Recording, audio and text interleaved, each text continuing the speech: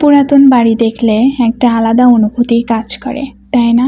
ভেতর ভেতরে মনে হয় কারা এখানে বসবাস করত, তারা কেমন ছিল। এই তো আরও কত কিছু।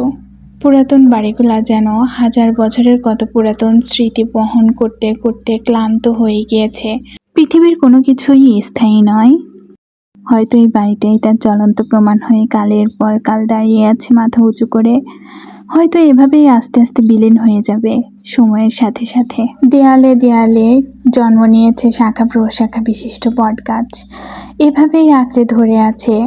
একবার ভাবুন তো, এই বাড়িটা তো হয়তো একসময় অনেক লোকজন ছিল, অনেক ছেলে মেয়ের কলরবে পূর্ণ থাকতো, অনেক দাসদাসীও ছিল হয়তো, কিন্তু আজ এক শুধুমাত্র ধ্বংসস্তূপ।